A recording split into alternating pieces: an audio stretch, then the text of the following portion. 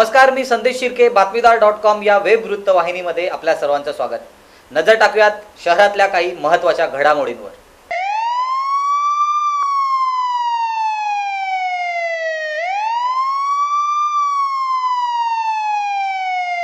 Maharashtra police आपकी सेवा में हाजिर है।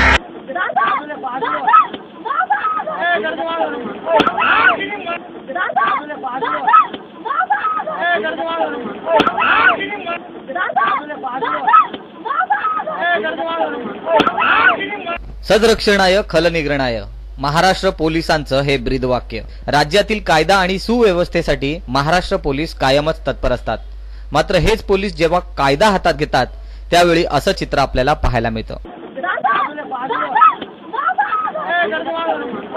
चाळीसगाव एसटी स्टँडवर घडलेली ही घटना असून या महिलेने एका लहान मुलाच्या गळ्यातील सोन साखळी खेचून पळ काढण्याचा प्रयत्न केला। यावेळी उपस्थित नागरिकांनी या महिलेला पकडून तिला पोलिसांच्या हवाले केलं।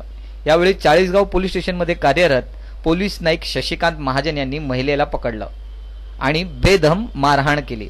शशिकांत महाजन यांनी कायदा हातात घेतल्याने महाजन यांच्यावर आता निलंबनाची कारवाई करण्यात आली आहे। तर दुसरीकडे महाजन यांनी त्या महिलेला मारहाण करण्यामागे खरी कारण काय हे देखील जाणून घेणं तितकंच महत्त्वाचं आहे। महाजन एसटी स्टँडवर ड्युटीवर असताना त्या ठिकाणी या महिलेने चोरी करण्याचा प्रयत्न केला।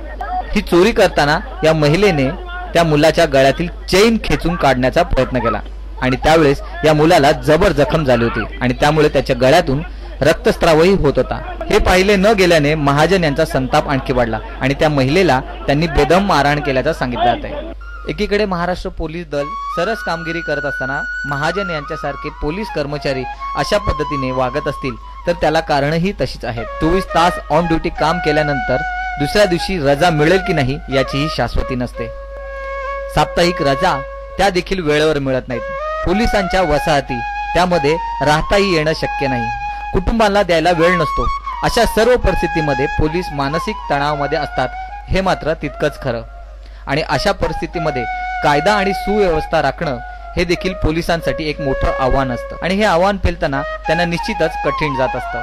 आणि अशा वेळी चुकीच्या घटना घडल्या की पोलीस आपला संताप त्यावर कदाचित व्यक्त करीत असतात। 26/11च्या मुंबई हल्ल्यादरम्यान पोलिसांनी दाखवलेली जिगरबाज कामगिरी असो अथवा शक्तिमिल प्रकरणामध्ये पोलिसांनी केलेला तपास असो, या सर्व गोष्टी महाराष्ट्र पोलीस दलाची प्रतिमा आजही उंचावत आहेत। त्यामुळे कायदा आणि सुव्यवस्थेचं काम करताना एखाद्या पोलीस अधिकाऱ्याकडून अथवा पोलीस कर्मचाऱ्याकडून ज्या वेळेस अशी वर्तणूक होते त्यावेळेस त्याच्या मागची कारणं देखील समजून घ्यायला हवीत। Bureau report, बातमीदार.com।